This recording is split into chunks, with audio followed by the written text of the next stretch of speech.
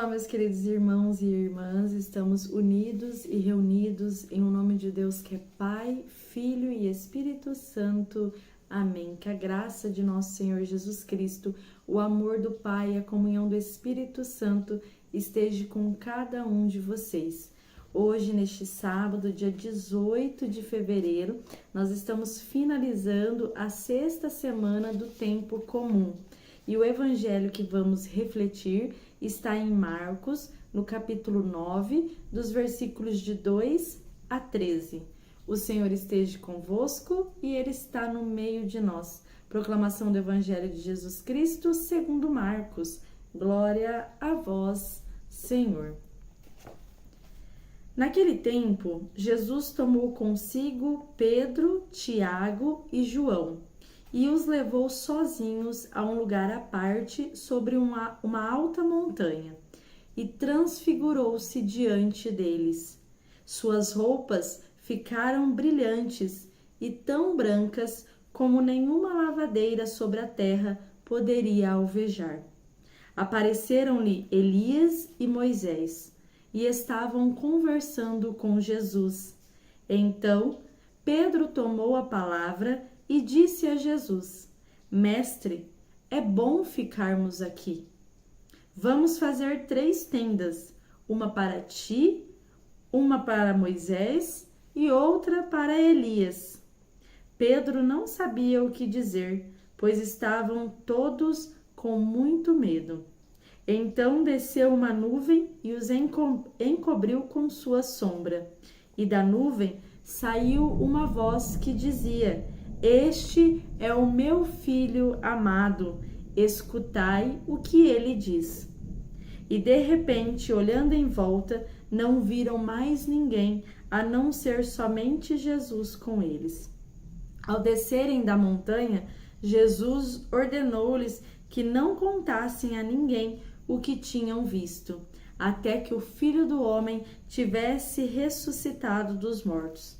Eles observavam essa ordem, mas comentavam entre si: o que quer dizer ressuscitar dos mortos? Os 3 discípulos perguntaram a Jesus: por que os mestres da lei dizem que antes deve vir Elias? Jesus respondeu: de fato, antes vem Elias para colocar tudo em ordem. Mas como dizem as Escrituras, que o Filho do Homem deve sofrer muito e ser rejeitado? Eu, porém, vos digo, Elias já veio e fizeram com ele tudo o que quiseram, exatamente como as Escrituras falaram a respeito dele. Palavra da salvação, glória a vós, Senhor. Meus queridos irmãos, este evangelho de hoje, uma narrativa um pouco longa, mas que tem uns ensinamentos para nós muito profundos, né? Primeiro, que Jesus leva aqueles 3 discípulos até o alto da montanha. A montanha era sempre um local onde Jesus se retirava, se colocava em oração, em que ele fazia um contato direto com Deus, né? Com seu Pai. E naquele momento ele escolheu aqueles 3 discípulos para que eles pudessem também ali participar deste momento com Jesus. E ele se transfigurou-se diante dele, ou seja, ele mostrou a sua majestade, né? Aqui diz que as suas roupas ficaram brilhantes, né? Ele é a luz do mundo e ele se mostrou no seu ápice ali, uma abertura direta entre o céu e a terra, em que Jesus teve este momento de grandiosidade, de mostrar para os seus discípulos a sua grandeza. E disse para eles também que seria o momento após a sua morte, né? Após a sua crucificação, seria o momento da ressurreição, que ele iria ressurgir e ressurgir de forma gloriosa, vitoriosa, daquela forma com que ele estava ali naquele momento se apresentando aos discípulos, né? E a reação de Pedro naquele momento, e diz aqui na leitura, foi de muito medo, né? Ao ver toda aquela situação, ele ficou paralisado. E quantas vezes na nossa vida nós também ficamos paralisados, nós também ficamos com medo. Quantas vezes na nossa vida, às vezes a situação está até boa, mas pra gente, a gente acha que tá boa demais, que alguma coisa errada está prestes a acontecer, porque como pode, né, estar tão bom assim? Como a gente pode estar passando por uma fase tão boa assim? E naquele momento, mediante ao medo que tomou conta de Pedro, ele diz para Jesus que é bom ficar ali, é bom estar naquele momento, ele quer parar aquele momento, né, e ficar ali, eternizar esta memória. E ele pede então para que se faça 3 tendas. E neste momento em que ele faz isso, uma nuvem abre-se e vem uma voz do alto dizendo, né? É a voz de Deus que vem falar para nós: este é o meu filho, escute o que ele tem a te dizer. Que muitas vezes nos nossos momentos, na nossa vida, tanto nos momentos bons ou nos momentos ruins, também de dificuldades, todos os momentos servem para nós de lição. E às vezes, neste momento que o Senhor quer falar conosco, mas nós estamos na correria, ou nós estamos tão extasiados com a alegria, ou tão preocupados, né, que a gente não escuta o que o Senhor tem a nos dizer, qual é o ensinamento que Ele tem a nos passar mediante aquela situação em que nós estamos vivendo. Então, quando esta nuvem, né, quando Deus fala, naquele momento, Ele diz que este é o meu filho e nos pede, nos dá uma ordem: escutai o que Ele tem a dizer. E é o que o Senhor pede para cada um de nós neste momento das nossas vidas: escutai o que Ele tem a nos dizer antes de tomar qualquer decisão, antes de dar qualquer passo, antes, né, de ficarmos paralisados pelo medo. Escutai primeiro o que esta situação tem a nos falar, o que o Senhor quer falar a cada um de nós através dessa situação que nós estamos passando, seja ela boa ou ruim, porque tudo na vida serve para cada um de nós como aprendizado, né? E eles, quando eles descem daquela montanha, é o início deles enfrentarem este momento lado a lado com o Senhor, né? Que será daqui uns dias a questão da sua crucificação, né? Da sua morte, é o momento da agonia.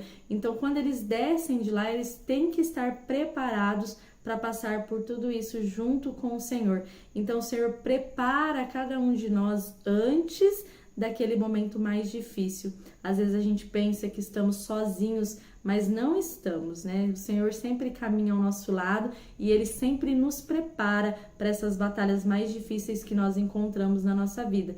Que naquele momento, para aqueles discípulos, seria passar junto com o Senhor pelo momento da agonia. E quando ele fala ali nessa passagem que apareceu também Moisés e Elias, ele está falando do Antigo Testamento, né, dos profetas, da lei, mas que nada disso supera a presença de Jesus. Então, os profetas, né, Moisés e Elias, a lei e o profeta, eles estavam conversando com o Senhor e não diretamente com os discípulos.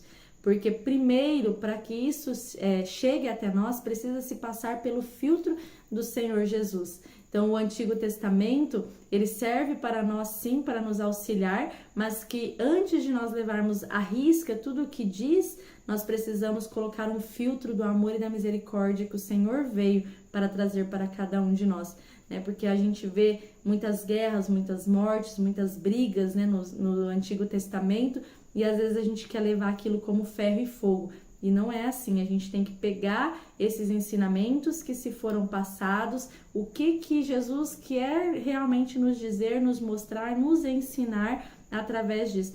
Temos que passar tudo pelo filtro de Jesus, como Jesus realmente está falando, né? Como Ele realmente gostaria que a gente fizesse, como que Ele agiria, porque Ele foi amor, compaixão o tempo todo na sua passagem e continua sendo ao nosso lado, né? Então, meus queridos irmãos e irmãs, eu acho que é isso que hoje a passagem vem nos dizer. Desejo a vocês um excelente, abençoado sábado, um ótimo final de semana. Também gostaria de deixar aqui mais uma vez o convite para vocês estarem participando das missas e celebrações nas vossas comunidades, né, na vossa paróquia, para que a gente possa estar preparados, alimentados com o corpo e sangue do Senhor para enfrentar todas as dificuldades que vier. E que no momento da Eucaristia, naquele momento tão lindo, tão sublime, principalmente se for a missa, né, o momento da transfiguração ali, que você possa olhar e conversar com o Senhor, escutar o que Ele tem a te dizer, que é neste momento que nós somos abastecidos, alimentados, é através deste pão vivo, né, a Eucaristia. Louvado seja nosso Senhor Jesus Cristo, para sempre seja louvado. Estamos e continuaremos unidos e reunidos em nome de Deus que é Pai, Filho e Espírito Santo. Amém. Fiquem com Deus.